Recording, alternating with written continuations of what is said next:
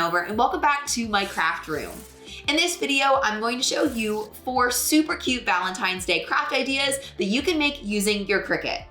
Make sure that you watch all the way to the end of this video to get a good look at all of the projects. Project number 1 is going to be a Sequin Valentine's Day pillow. These reversible sequins are so much fun because we are going to press infusible ink onto the white side of the sequins, and then of course we have the reversible silver sequins on the other side. So the first step is to lay this down on my heat press and flip all of the sequins so that the white side is showing, because we can't sublimate or press infusible ink onto the silver sequins. So I'm gonna lay this down onto my heat press. And remember, the bottom is not hot, so I can safely work on the bottom. And I'm just gonna double check that all of my sequins are flipped to the white side. And then once that is done, I'm gonna use a lint roller and roll it over the white side to make sure there's no dust or dirt that could inhibit my press.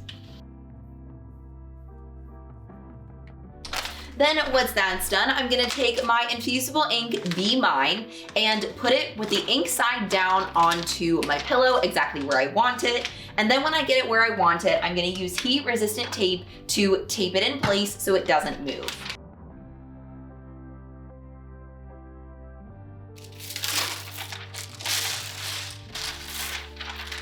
Don't forget that when you cut infusible ink, you always want to cut it mirrored. And I like to stick with simpler designs with infusible ink because I think it's just a little bit easier to weed. And when I weed it, I like to weed it using my fingers instead of a weeding tool because I just typically find that a little bit easier. I also have double checked that my zipper is at the bottom of my pillow. So be conscious of where your zipper is before you press your design onto it. So now I'm just gonna hold it up to see if I like where it's placed. And I think it looks pretty good. And I got this super cute Be Mine design from crafty.net, so I'll be sure to link that down in the description for you guys if you wanna grab your own, as well as this Sequin infusible ink pillow. And because it's infusible ink friendly, it's also sublimation friendly. And I absolutely love having these in my craft room as an option for a sublimation project.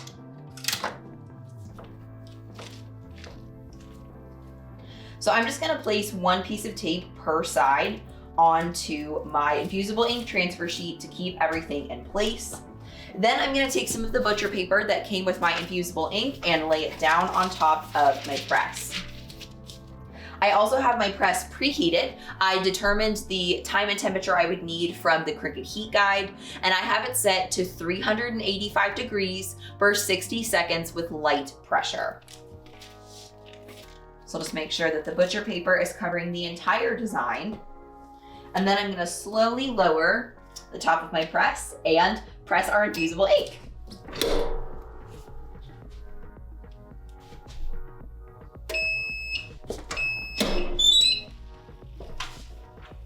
Now, since we pressed that so hot, I am gonna give this a few seconds to cool before I peel it off. According to the Cricut heat guide, we should peel it warm.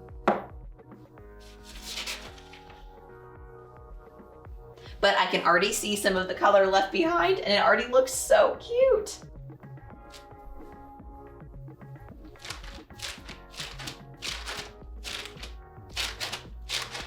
Ooh, it's hot. Okay, and once it's warm to the touch, now I will peel the infusible ink transfer sheet. Oh my gosh! It turned out so cute. And once you peel off the infusible ink transfer sheet, you have a super cute piece of Valentine's Day decor. For project number 2, we are going to turn this acrylic blank into a Valentine's Day card holder. So first I'm gonna apply vinyl to the background of the card holder using the wet method. Since this is one big solid piece, there's a really good chance I would get bubbles. So I'm going to use the wet method to decrease my chance of getting bubbles. So I'll start by removing the film over top of this acrylic blank.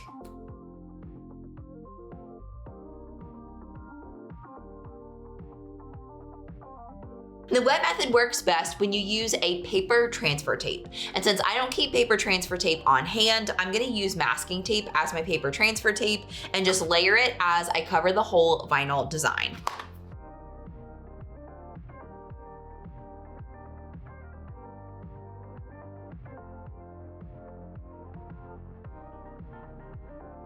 Next, I'm gonna take this mixture that I made just for the wet method. It's just using tap water and a squirt or two of Dawn dish soap, and spritz the acrylic blank after I put a paper towel underneath it because it is definitely going to make a mess. And now I'll just ensure that I put the vinyl in the right direction on top of the acrylic blank. Try that again. Another benefit of the wet method, other than applying your vinyl without bubbles, is also that the vinyl will be repositionable, which is really, really nice because I can make sure that my vinyl is all lined up before I squeegee out the water and make the placement permanent. So I'll line it up the best that I can using the edges that I can see, but I can kind of see that I'm a little off there, so I'll move it around. And if you struggle with it being repositionable, you can always just lift it up and add more water. So you really have a super forgiving surface to work with when you use the wet method.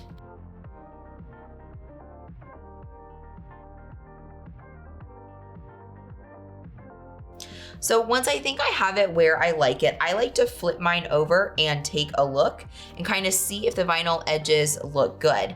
And I can really see here at the bottom, they are definitely not lined up. So I'm gonna go ahead and pull mine off and spray some more water.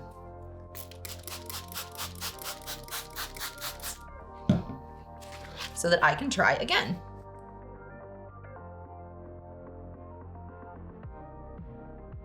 You do want to push it down a little bit before you try to move it.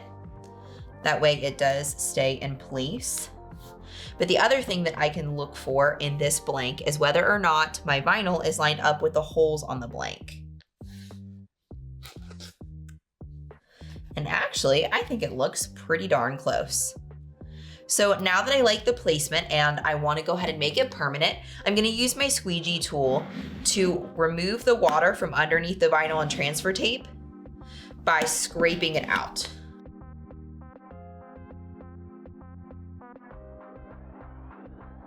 I know it's a little bit tough to see on camera, but there is a lot of water being moved out from underneath here as I squeegee.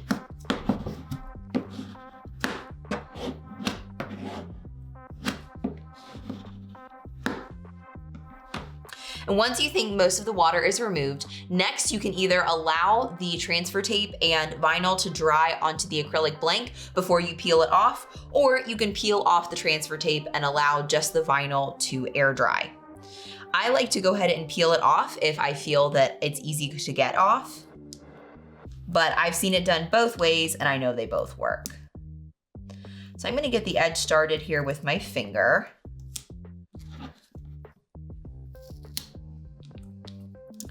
It's looking like there might be some moisture still under there, so use my scraper tool again. In this case, since I'm having some trouble getting the transfer tape off of the vinyl, then I'm gonna give the vinyl some time to dry before I peel it off and finish the card holder.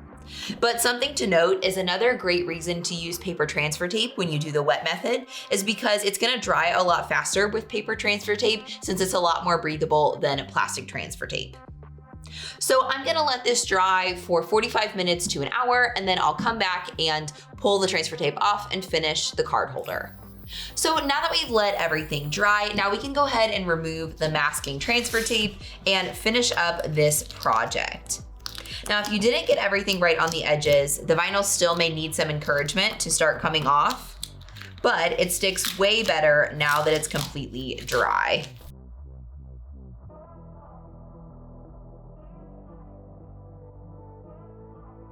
And the great thing when you're putting vinyl edge to edge is if you have a little edge like I do over on this side that's a little bit hanging off, I can just use an X-Acto knife to trim it and make it absolutely perfect. Now remember that when you trim it, you always need to have a self-healing mat underneath you so that you're not cutting into your surface. But I'll just run the X-Acto knife literally right around the edge. And I'll be able to get rid of any little pieces that I don't want.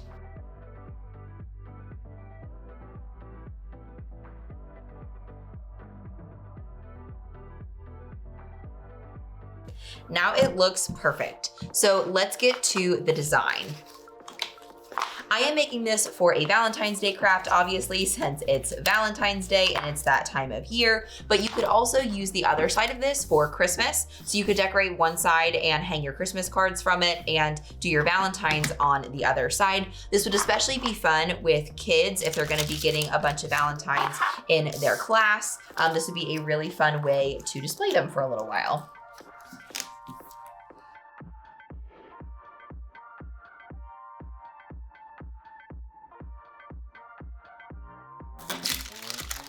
And in order to make sure that the offset and my words match exactly, I've added some parchment paper underneath of my vinyl so that I can match everything up just the way that I want it.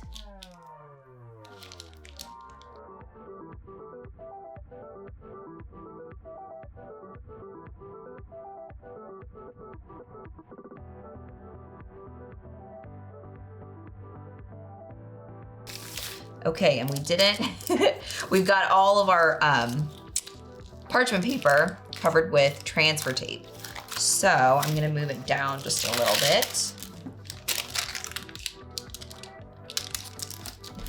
Because the important part with the parchment paper method is that you have to have some transfer tape at the top so that you can actually stick the design down where you want it. Otherwise, it doesn't really do any good to try and place it ahead of time, because you'll just have to move it anyway. So now we'll remove the parchment paper. Then we'll slowly lower our vinyl onto our holder there and burnish well with a squeegee.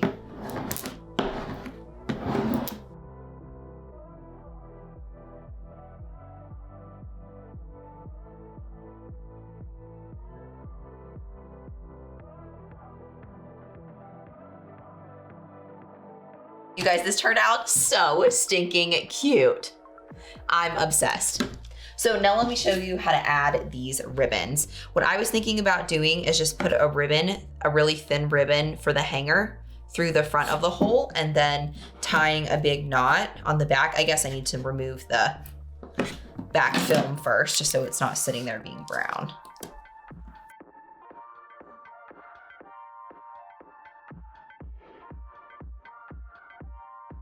So now I'll put the ribbon through the front, and then I was just gonna tie a couple of knots in the back as close to the ends as I can.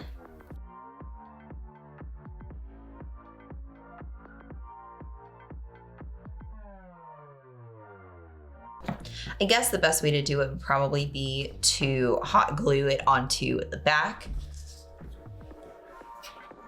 But for the sake of the example, you guys will get what I'm doing here with these knots. So you see the top has the little hanger piece.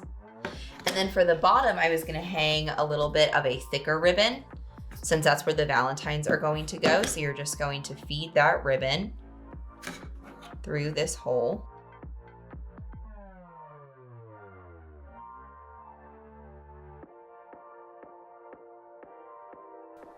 And then you have these super cute long ribbons that you attach all of your Valentines to. Is that not the cutest thing ever?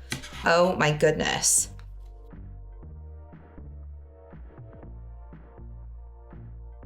And so what I would recommend that you do is you take clothespins and you clip each of your Valentines to your card holder. I would probably get mini clothespins if you can get a hold of those, because that would look a little bit cuter. Oh my gosh, you guys, is this not the cutest idea ever? This acrylic card holder comes from thirddegreelaser.com, so I will be sure to link it for you in the description in case you want to grab one for yourself. For project number 3, we are going to make a custom baseball cap using HTV. Now, you probably wouldn't think about this project for Valentine's Day typically, but I think it's going to be a super cute accessory and something that you can really wear all year long. Now, we're going to be using my heat press to make this cap today, and I have cut my design out of Glitter HTV. So I currently have my heat press set to 320 degrees. But I'm going to show you how to apply this, and the timer doesn't really matter, so we're not going to worry about time. The first thing you need to do is get your design centered where you want it, and then we're going to use some heat resistant tape to tape it in place on at least the 2 sides. We might even do the top and bottom as well. So I'm just going to move that around. Even though the carrier sheet is sticky, I just find that a lot of times if I don't tape it down, it doesn't end up staying in place. And remember that you do need to use heat resistant tape, not just any tape will do.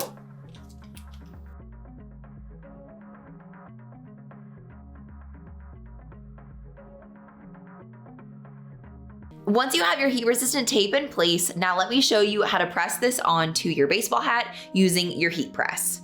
Now, I do want to caution you to be super careful when you do this, because we are going to be manually pushing the hat against the top platen of the heat press, which is really hot. So what I recommend that you do is use an oven mitt for the hat that's going to be holding the hat against the heat press.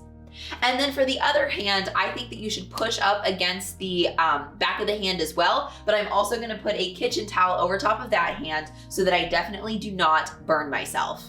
And what we're gonna do is we're gonna push the hat up against the platen like this, with the bill facing up off of the heat press. Then we're gonna rotate and give each of the sides of the hat time to have the HTV adhere to the hat. Now, we're not gonna be as worried about pressure here because this hat is never gonna be washed or anything like that. So we don't necessarily need to worry about getting it perfect. We just need to heat it up enough to stick to the hat. So I'll begin by holding my hand in the hat like this and pushing it up. And I usually like to tack down the middle for a few seconds before I start moving it.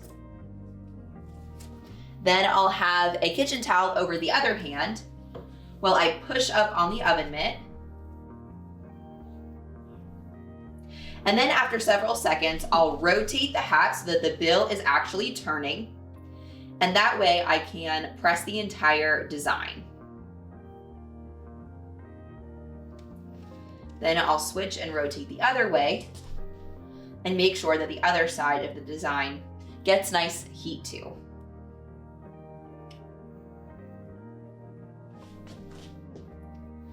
Then I'll roll it one more time over to the other side. And you want to put a little bit of muscle into it because Glitter HTV does require a little bit of pressure to be applied. So you're just applying this up into the platen instead of letting the heat press do the work for you.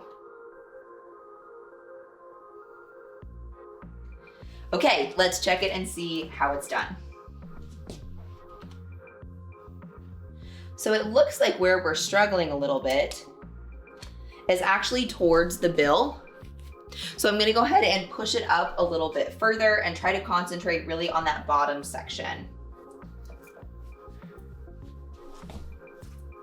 And actually what I may do is instead of using that second hand with the kitchen towel, I'm gonna stuff the kitchen towel up into the hat to kind of give it some shape and push out those areas that may be missing. And then I'll just use my right hand to push it up into the platen. Something like this.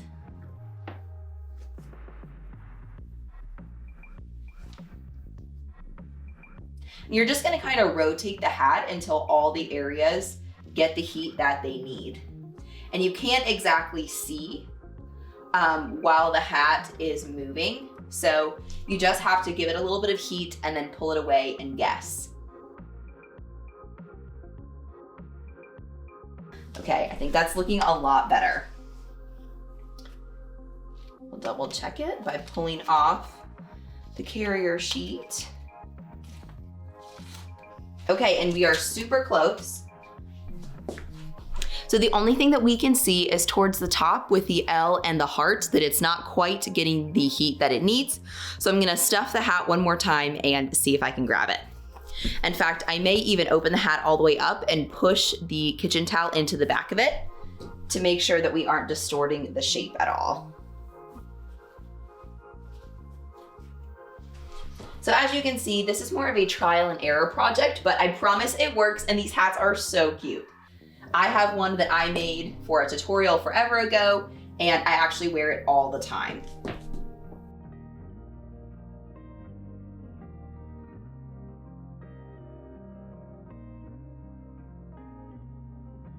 So what I'm doing there is that part of the hat just keeps collapsing when I put it up against the press.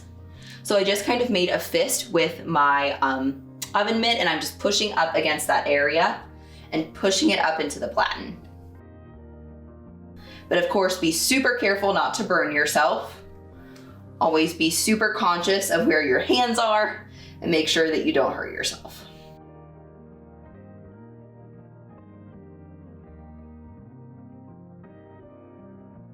And when you're finished, you have a super cute accessory to wear around Valentine's Day and really all year long. Project number 4 is a Valentine's Day banner, but I'm gonna be using a combination of a lot of different skills, so I thought it was fair to show you how I created the banner in case you wanna create one for yourself. So first I'm gonna go into the images library and find a bundle of flag shapes that I uploaded a while ago. I will link it for you guys in the description in case you wanna purchase it yourself.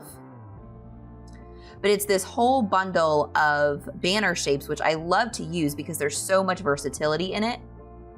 And so what I'm gonna do is I'm gonna select this one right here. I think the scallop shapes are so stinking cute, especially for Valentine's Day. So I'm gonna ungroup all the shapes. I'm gonna click and draw a box around a lot of these and delete them, since I just want this one over here on the corner. So then I'm gonna take this one banner shape and I'm gonna size it to about 4 inches wide, because I like my banners to be fairly large, just because I feel like you can see them a lot better. And I'm also gonna turn it white. And then what I'm gonna do is I'm gonna move it off to the side, and I'm gonna use offset to create another piece for inside the banner. So technically, I guess it's an inset. But in order to do this, make sure you have the banner selected, go up to offset, and then you're actually going to take the little circle and move it inside the banner, and you'll see a little blue line inside my banner start to show up. That's what the inset is going to look like. And I don't want it to be too thin, especially around the holes. So I'm not gonna go any thinner than that. But you can kind of play with it and watch what it looks like when you move the button around. Then I'm gonna click apply, and that will create it for me. And then I'm gonna change this to, actually, I think I'm gonna do my inside of my banner white and the outside of my banner either pink or red, depending on the paper that I have. So that's gonna be the shape of the banner, and that's a really good start. And in fact, what I'm gonna do before I do anything else is group the two of these together, because I like to lay my banners out so I can see them visually. So I wanna make sure that I can move all my pieces without messing up the inside and the outside. So I'm gonna be writing love you on this banner, just to keep it short and simple. And I'm also gonna have a shape in the middle that is like kind of a free space, and I'll show you that next. So now I'm gonna lay out all my banner shapes for all of the letters I need. So I like to spell it out as I duplicate it. So that's L-O-V-E space Y-O-U. And I like to kind of lay it out so I can see what everything is going to look like.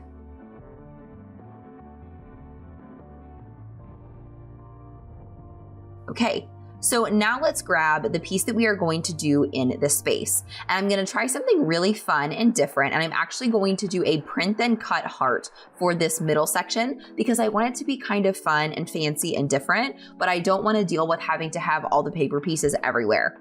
So I'm gonna go into images, and I'm gonna search for, actually I need to turn off the filter for uploaded, because this is gonna be a Cricut image. I'm gonna search for leopard. Here's the piece I was just using. So I'm gonna grab this one and then add it to my canvas. So this is gonna be the heart I'm gonna use, and I'm going to print then cut this so that all those inside pieces stay together and everything. But here's where we're gonna turn it into a print then cut image, and I'm gonna make it look really cool. So I'm gonna keep this heart selected, and then up under operation from basic cut, I'm gonna change it to a print then cut image. Then under the color right here, I'm gonna change the print type from color to pattern. And then there are all these really fun patterns that Design Space already has loaded into it. So you can use these patterns, but you can also upload your own patterns through the pattern fill function in the beginning of Design Space. So you can kind of do whatever works for you and whatever look you like. But when I was playing around with this project, I found this pattern that I thought looked so pretty. Because if I'm gonna go through printing it, I want it to look, kind of intricate and fancy. Otherwise, I could just cut it out of paper. Oh, it was this one right here. I really liked this light pink because you can kind of see some different tones within the heart, and I think it's just gonna look really pretty. So I'm gonna take the heart now up into the banner and size it accordingly to fit inside. I might give it a little more space.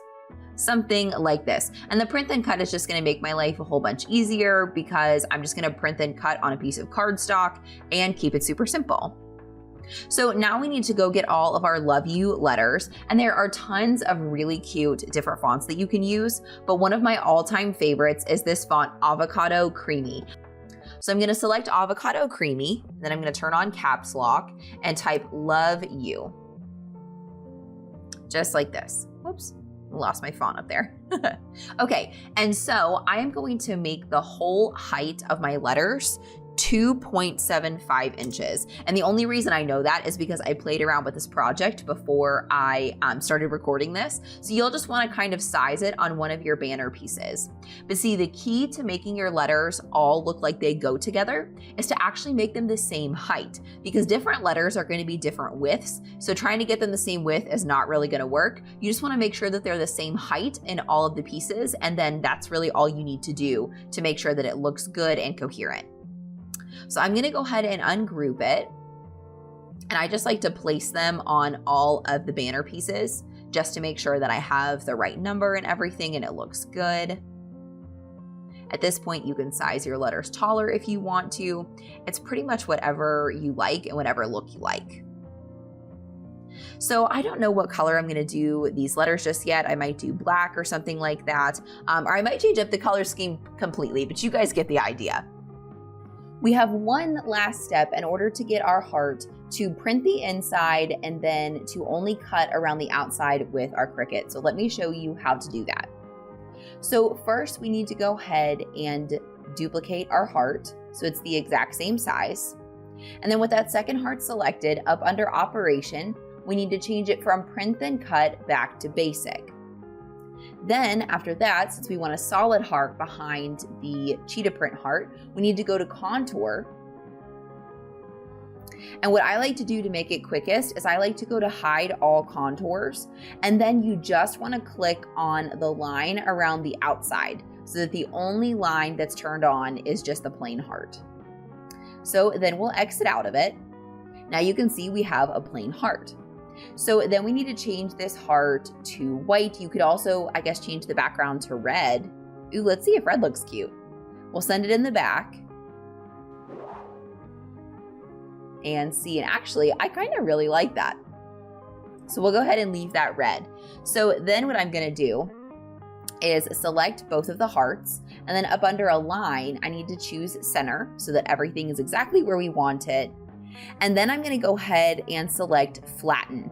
And what flatten is going to do is it's going to allow the front of the heart to print, but then it's going to cut around the outside. I initially forgot that step, so keep that in mind if you are going to do this print and cut project and you just want the outside to be cut and you want the inside to be printed. So once everything looks the way that I want it, next I'm gonna go to make it and double check that everything looks the way that I want it to. So next I'll click continue. So now I'm gonna take care of print and cut just like I normally would. So I'm gonna be using either light or medium cardstock. So depending on the cardstock colors that I choose, I will either be using the light cardstock or the medium cardstock option. So I like to keep my Explore Air 2 dial always turned to custom so that I always remember to change the cut setting. Even though these are sometimes around the dial, I just think it's easier to make sure I always remember to change it. So I wanted to show you, I will either be using the medium cardstock setting Or I may have to turn it to the dial. The Explorer Air 2 may not have the like cardstock setting. But either way, I'll switch all my settings accordingly. So I'm gonna go ahead and print this piece and cut all of this out, and I'll see you guys over at my craft table to assemble this banner. And once you have all your banner pieces cut out on your Cricut machine, the next step is just to assemble all of the pieces of the banner by gluing them together. I'm gonna be using the Barely Art Precision Craft Glue for this, but you can use your favorite adhesive or even double-sided tape.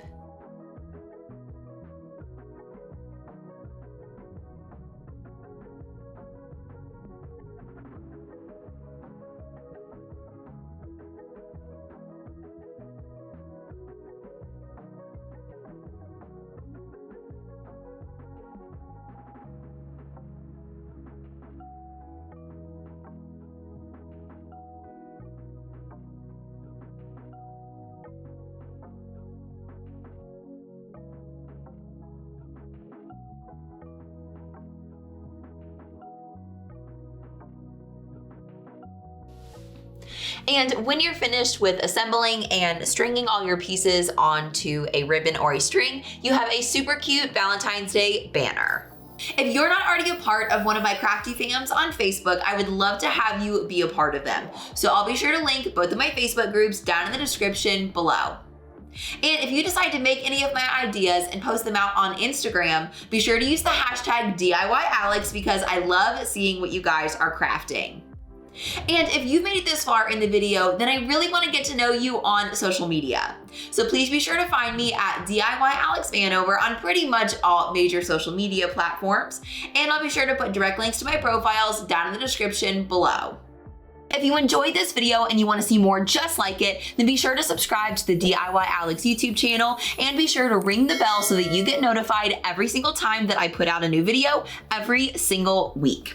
But don't wait for next week's video. Be sure to check out this one next. Or if you want to make your DIY dreams come true, be sure to check out this video. I know that you're going to love it.